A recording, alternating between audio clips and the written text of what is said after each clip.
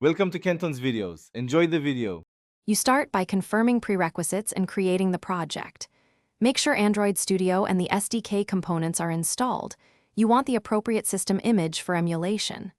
Once done, choose New Project, pick Empty Compose Activity, and set Kotlin and your package name. Name the app, select Minimum SDK, then Finish. You do this now so the project structure, Gradle files, and default Compose template generate automatically. This saves time when you begin wiring UI and logic. Now build the core, design UI and hookup behavior. Open main activity. KT, modify the main composable, use column and row for layout, add text and button elements, and wire on click handlers.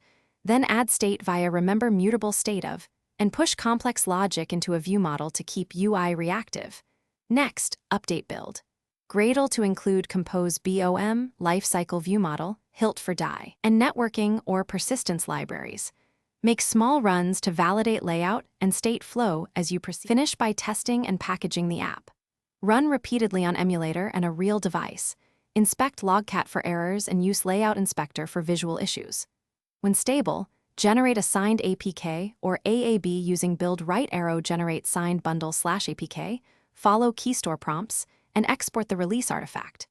If build or runtime errors appear, make sure to clean and rebuild, invalidate caches, and restart Android Studio. And confirm SDK tool versions match Gradle plugin requirements.